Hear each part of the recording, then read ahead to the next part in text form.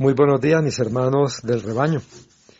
Hoy sábado estaremos concluyendo ya esta semana de devocionales, pero quiero dejarles simplemente, no es parte del tema de lo que vamos a hablar hoy, pero no es el texto que voy a utilizar, sino para que ustedes de pronto lo estén meditando durante este día.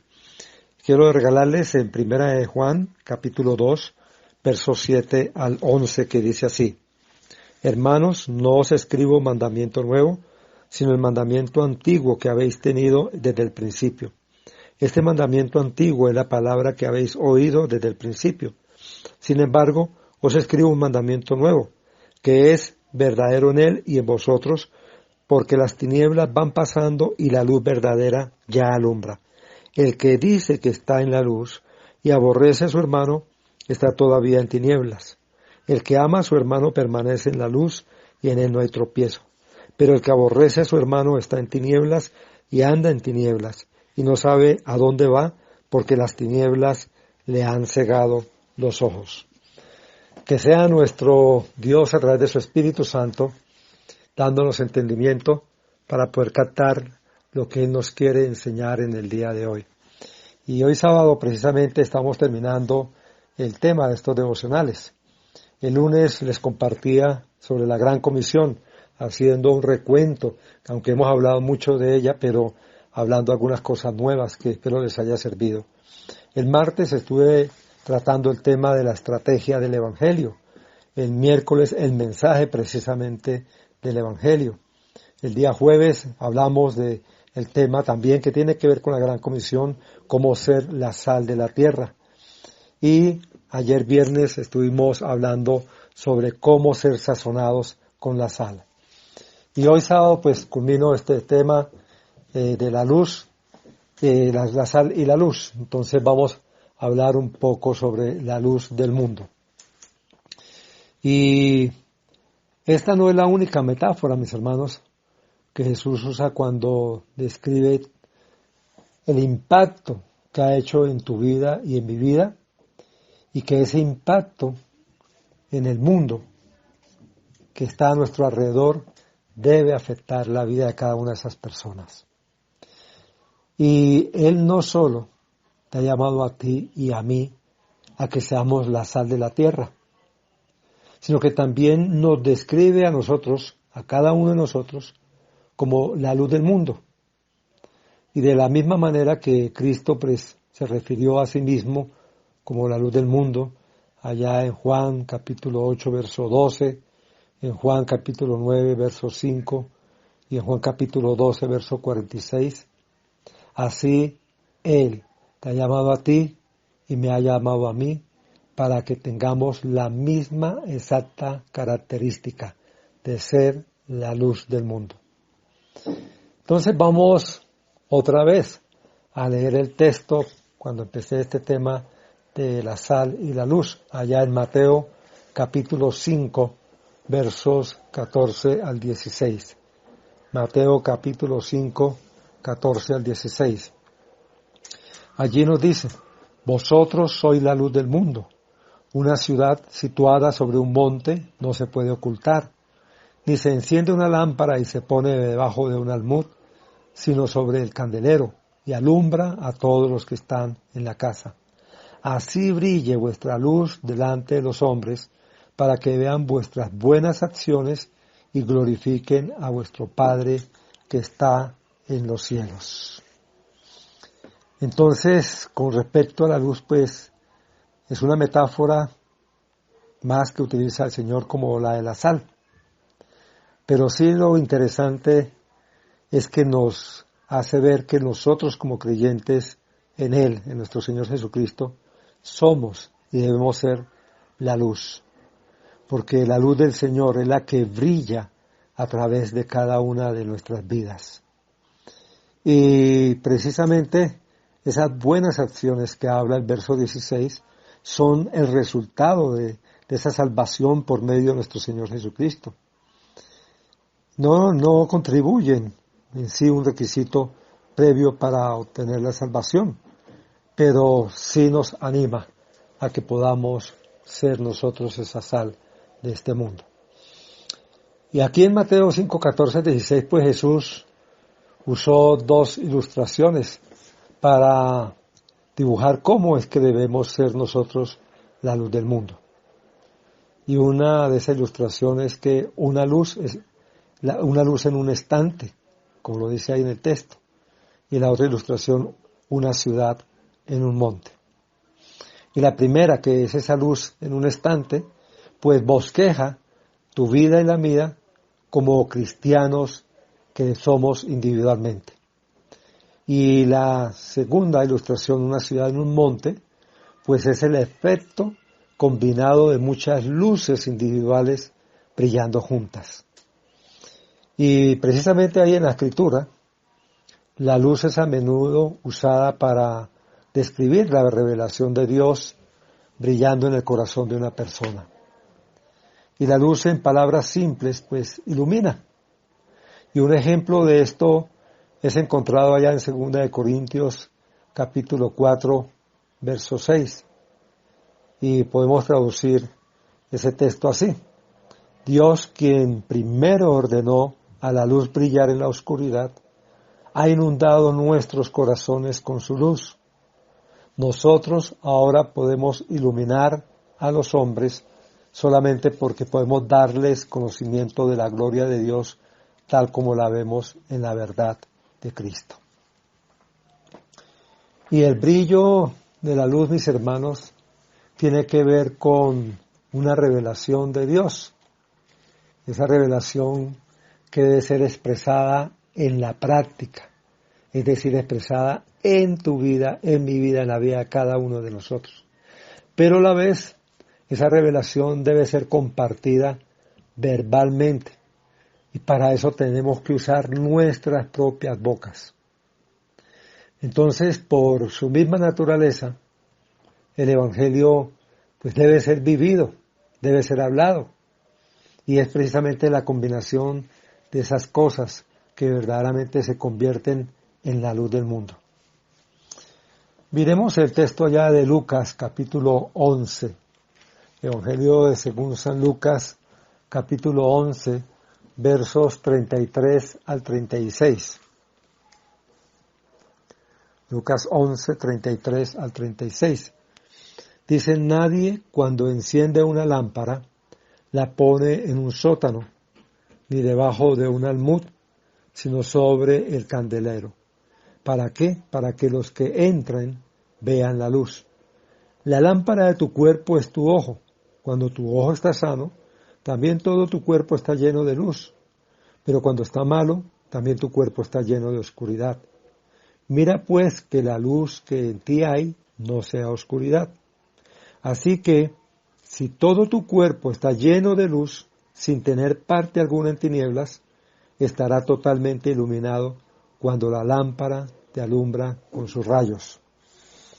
Entonces, hablando aquí en el verso 34 de luz y oscuridad, ¿no? Cada persona, pues, debemos ser, mis hermanos, responsables ante nuestro Dios de recibir y de aceptar esa luz.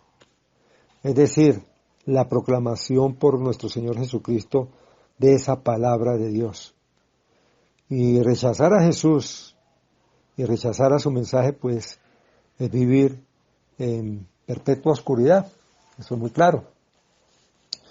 Y mirando desde otro punto de vista este texto de Lucas 11, 33 y 36, además con otros textos que no los voy a leer en esta mañana porque realmente no tengo tiempo, pero ustedes pueden después verificarlos.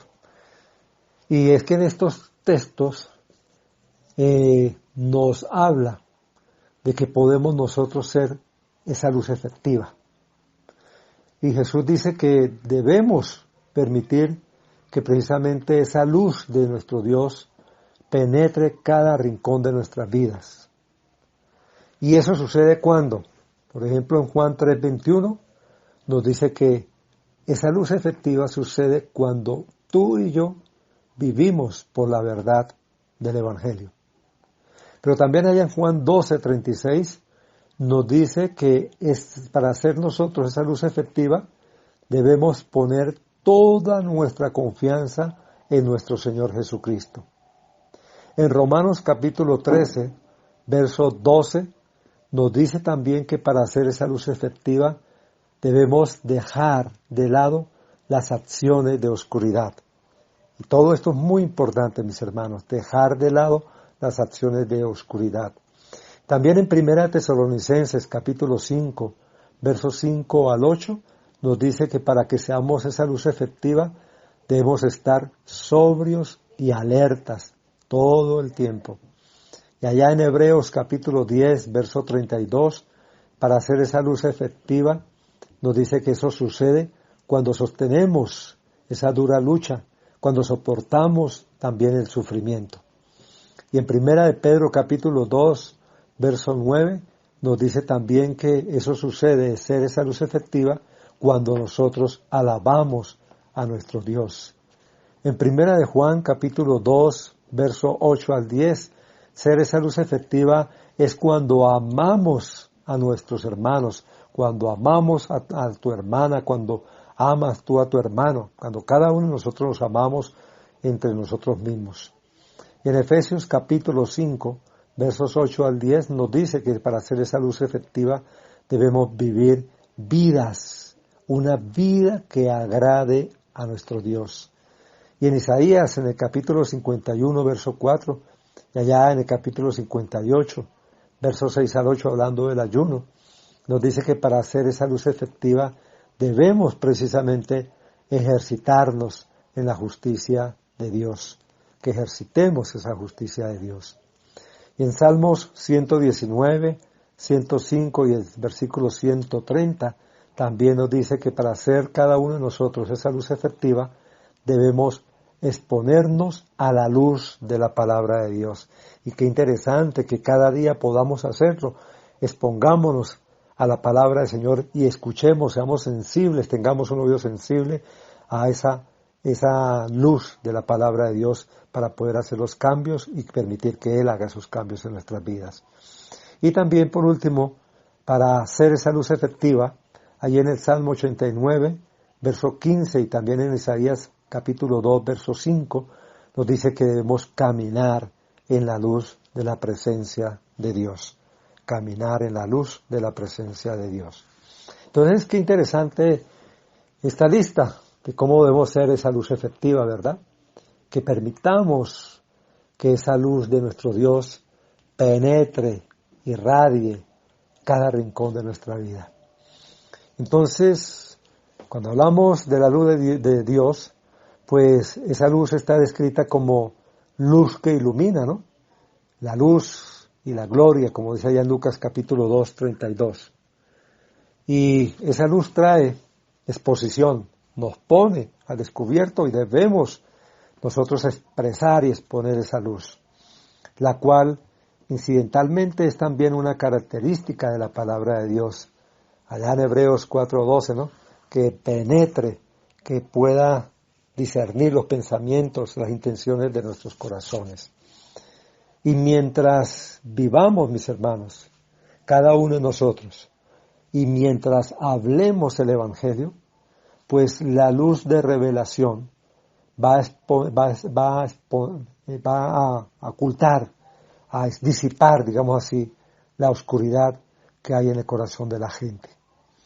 Cuando vivimos, cuando hablemos esa palabra de Dios expresada en el Evangelio, pues esa gente va a dirigir su atención a la fuente de luz, que es el Señor mismo, el Señor Jesucristo mismo.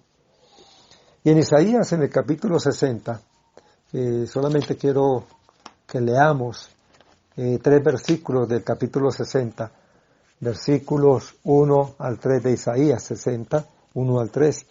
Allí nos dice: levántate, resplandece, porque ha llegado tu luz, y la gloria del Señor ha amanecido sobre ti. Porque aquí tinieblas cubrirán la tierra, y densa oscuridad los pueblos, pero sobre ti amanecerá el Señor, y sobre ti aparecerá su gloria. Y acudirán las naciones a tu luz, y los reyes al resplandor de tu amanecer. Entonces, qué interesante aquí en el primer versículo de Isaías: ha llegado tu luz. Mis hermanos, la liberación que es mencionada varias veces acá en el libro de Isaías, pues se describe aquí en el versículo 1 del capítulo 60 en términos de una gran luz que ilumina a Sión, la ciudad de Dios, a la cual vendrá a las naciones para escapar de sus tinieblas. Y esa edad de oro es precisamente el resultado de la presencia del Mesías entre su pueblo Israel. Y dice que acudirán en el verso 3 las naciones. Entonces, mis hermanos, la verdad emana de Israel debido a la presencia del Mesías. Y eso es lo que hace que precisamente las naciones del mundo busquen precisamente ahí la luz espiritual. Entonces, si hemos de ser sal efectiva, como hemos hablado el día jueves y ayer viernes, pues el asunto en juego es precisamente la pureza. Y si hemos de ser luz, que es lo que estamos tratando hoy sábado, pues el asunto en juego es la exposición de nuestras vidas. Entonces, a los efectos de este devocional, quiero clasificar la luz y la sal y la luz de la siguiente manera. La sal del Evangelio pues tiene que ver con la santidad. Y ese proceso de santidad es cuando cada día nosotros nos alejamos más de las garras del enemigo. Pero nos alejamos de él ¿para qué? Pues para agradar al Señor, para vivir en santidad, para ser apartados, para poder vivir vidas a plenitud. Y la segunda manera de clasificar la sal y la luz es que la luz del Evangelio pues es la revelación. Y vamos a ver acerca de cómo pues trabajan juntas entonces la sal y la luz para que podamos crear un testimonio poderoso al mundo, para que dejemos de ser esos simples cristianos que pasamos por desapercibidos, que no irradiamos la luz del Señor, que no sazonamos esta sociedad tan contaminada. Y para esto quiero explicarles brevemente 3 elementos esenciales de cómo es que trabajan juntas la sal y la luz para crear un testimonio poderoso en el mundo.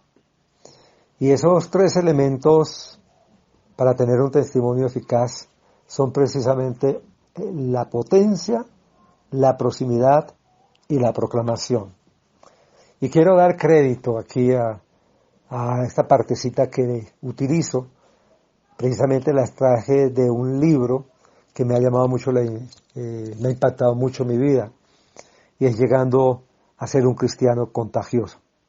Por eso tal vez mi vida ha sido impregnada desde que empecé mi vida cristiana hacia las misiones, hacia la proclamación del Evangelio, a buscar a las almas perdidas. Y los autores de este libro usan ahí, en el libro, una fórmula matemática, que es la que quiero utilizar para explicar estos 3 elementos esenciales. Y la fórmula matemática es AP más PC más CC igual a MI. Explico esas letras. AP es alta potencia. PC es proximidad cercana. CC es comunicación cristiana y MI es máximo impacto. Entonces, AP más PC más CC igual a MI. Entonces, alta potencia más proximidad cercana más comunicación clara es igual a máximo impacto, mis hermanos. Y explico cada una de estas potencias. ¿Qué tiene que ver con la potencia? Con respecto precisamente a nuestro testimonio, a cómo tener un testimonio eficaz. Pues así como la sal, que ha perdido su salinidad que hablaba el día de ayer, está próxima a ser inútil, pues del mismo modo, pues la potencia de tu vida y de mi vida como cristianos, mis hermanos, es de primordial importancia en tu testimonio para Cristo. Entonces, la pregunta es, ¿cuán potente es tu vida y mi vida? ¿Cuán real es tu caminar diario con Dios? Son dos preguntas que ojalá puedan ustedes echarle cabeza, puedan ustedes analizarlas, puedan seguir respondiéndolas durante el tiempo del día de hoy. ¿Cuán potente es tu vida? ¿Y cuán real es tu caminar diario con Dios? Recuerda las palabras de Jesús allá en Juan capítulo 15, verso 4, que nos dice: permanezcan en mí y yo permaneceré en ustedes. Así como ninguna rama puede dar fruto por sí misma, sino que tiene que permanecer en la vid, así tampoco ustedes pueden dar fruto si no permanecen en mí. Y la medida de tu potencia, mis hermanos, puede ser directamente relacionada con tu proximidad a Dios. Es decir, permaneciendo en Él. Eso es importante. Esa es la potencia. Nuestra proximidad a Dios, permaneciendo en Él, a través de un caminar íntimo, un caminar diario con Dios. Eso va a llevar mucho fruto, nos va a hacer que demos fruto. Y esta potencia solo puede venir, hermanos, del fluir de la vida a través del mismo Señor. En otras palabras, podemos decir que la sal que está sin sabor o que es de calidad inferior, pues es inútil. Ha perdido su poder, no creará mucha sed, no añadirá mucho condimento, no retardará mucha la descomposición. Y puede tener todo tipo de proximidad, es decir, llegar a la gente en el mundo. Puede ser espolvoreada sobre algo que queremos afectar, pero si carece de potencia, es, como dijo Jesús, inútil. Será inútil. Entonces, así la primera orden para el testigo cristiano es de mantener, mis hermanos, cada uno de nosotros, la potencia de una vida energizada por el Evangelio. Y el segundo elemento esencial para tener un testimonio eficaz es la proximidad. Pero tener una vida cristiana potente, pues no es suficiente para que cada uno de nosotros seamos esos testigos efectivos para el Señor. Hay muchos cristianos que tienen un gran potencial en su propia relación con Dios. Muchos de ellos caminan una senda que honra a Dios de acuerdo a su diseño para sus vidas personales. Pero nunca salen afuera cuando pueden aguijonear a la gente que está cerca de ellos, quienes necesitan de su influencia. Ojalá no seamos así nosotros, mis hermanos. Todas esas personas son bellos adornos de mesa, como la sal en un salero, pero tienen un bajo impacto. Y cuando salgamos de esta pandemia, de estas cuarentenas, mis hermanos, quiero que ustedes hayan entendido bien todo esto que les he hablado esta semana. Que cumplamos la gran comisión, que seamos esa sal, que seamos esa luz, para que dejemos de ser simplemente cristianos que adornemos como la sal ahí en el salero, que no seamos más cristianos de bajo impacto. Y así como la proximidad sin potencia no tiene valor, pues así la potencia sin proximidad es desperdiciada, mis hermanos. Para que la sal pueda tener total impacto, pues debe ser derramada fuera del salero. Así la segunda orden del testigo cristiano es de mantener un contacto con otros motivados por el Evangelio glorioso de nuestro Señor Jesucristo. Y el tercer elemento esencial para tener un testimonio eficaz, de acuerdo a esta fórmula matemática del libro Llegando a ser un cristiano contagioso, pues es la proclamación.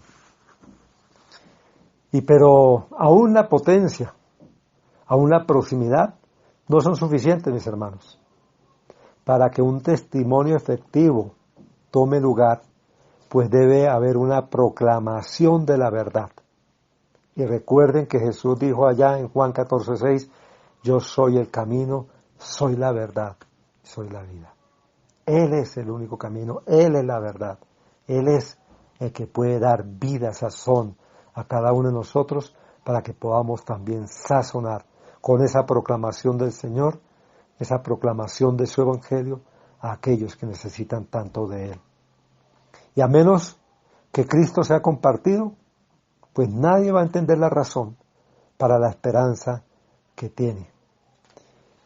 Cuando miramos allá en Romanos capítulo 10, ese texto del apóstol San Pablo a los Romanos, capítulo 10,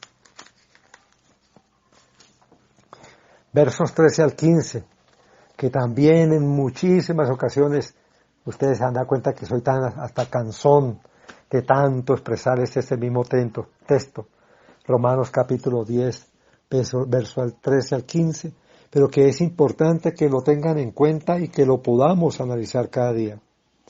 Allá dice, porque todo aquel que invoque el nombre del Señor será salvo. ¿Cómo pues invocarán a aquel en quien no han creído? ¿Y cómo creerán en aquel de quien no han oído? ¿Y cómo oirán sin saber quién les predique? ¿Y cómo predicarán si no son enviados? Tal como está escrito, cuán hermosos son los pies de los que anuncian el evangelio del bien, es decir, el evangelio de la paz. Entonces este texto de Romanos 10, 13 al 15, podemos expresarlo, hermanos, que sin una clara comunicación del evangelio, vamos a dejar a la gente adivinando qué es lo que nos aparta en nuestra calidad de vida. Esa gente puede dudar que podrían alguna vez experimentar el tipo de vida transformada que ven en nosotros. Y demasiados cristianos pues han sido anestesiados, hermanos, por el pensamiento que si ellos viven fuera de su fe en una forma abierta y consistente, pues la gente que los rodea lo verá, queriéndola, y de algún modo resolverá cómo obtenerla por ellos mismos. Y no somos solo cristianos influyentes, debemos serlo, pero no somos solo cristianos influyentes. No estamos solos llamados a tener una proximidad ética, donde elegimos rozar de pronto nuestros hombros con la gente en el mundo. También estamos llamados, al igual que el apóstol Juan, a proclamar lo que hemos oído, a proclamar lo que hemos visto con nuestros propios ojos, a proclamar lo que hemos contemplado y lo que hemos tocado con las manos, como dice allí en su primera epístola de Juan capítulo 1, verso 1. Y como Pablo, nosotros estamos, hermanos, obligados a predicar el Evangelio. ¡Ay de mí si no predico el Evangelio del Señor Jesucristo!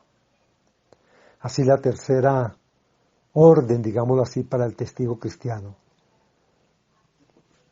es de mantener una comunicación sincera, mantener una comunicación valiente, esa comunicación del Evangelio de Jesucristo a otros que tanto necesitan escucharla para que esta sociedad, que cada vez es más pecadora, pues pueda tener una opción en ese Evangelio de Jesucristo.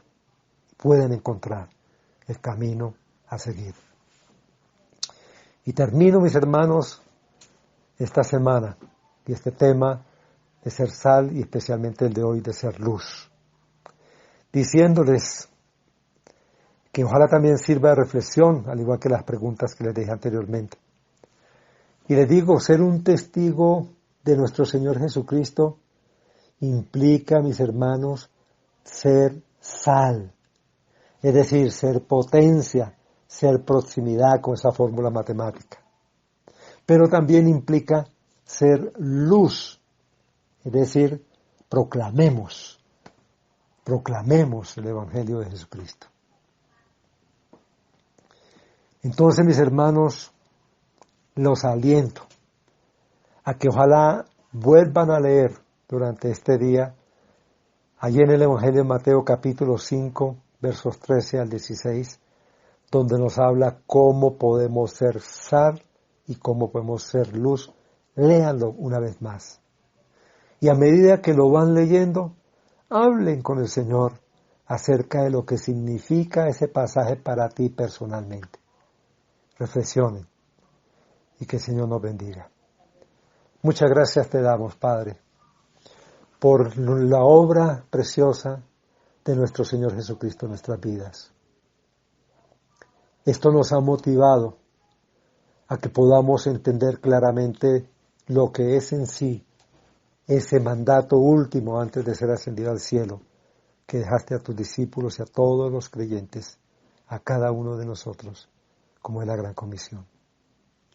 Gracias porque nos has permitido entender la estrategia del Evangelio y también ese mensaje contenido en ese Evangelio que debemos proclamar. Y gracias porque nos animas a impregnar con esa sal, a preservar esta sociedad en pecado para que puedan conocer la luz tuya, esa luz que puede transformar sus vidas. Anímanos para que nuestras vidas sean tratadas por ti en este tiempo de cuarentena. Que ya estemos listos tan pronto pase todo este problema mundial, a que podamos salir a buscar a aquellos que también necesitan ser sal y luz en este mundo. A buscar a esas personas que procuran de tu salvación, que han sido impactados por cada uno de los mensajes, cada uno de los devocionales, cada uno de los cultos que hemos realizado por estos medios. Y que ya tu Espíritu Santo ha tratado con sus vidas para que vayamos y recojamos esa cosecha. Anímanos a que podamos entender claramente, Señor, estos 3 mandatos que tú nos das, estos 3 elementos esenciales para tener un testimonio eficaz: la potencia, la proximidad, la proclamación. Que podamos darte honra y gloria a ti, viviendo vidas fructíferas, cumpliendo con lo que tu palabra nos dice, permanecer en ti, para que así tú permanezcas en cada uno de nosotros. Que podamos así poder dar fruto, fruto que perdure y fruto que dé más fruto, mucho fruto. Muchas gracias, Señor, por este espacio que nos regalas durante toda esta semana para escudriñar tu palabra. A ti damos la gloria y la honra por siempre. Amén. Que Dios los bendiga, mis hermanos, y mañana domingo a las 9 de la mañana celebraremos una vez más a nuestro Dios. Que Dios les guarde y tengan un buen día. Abrazos.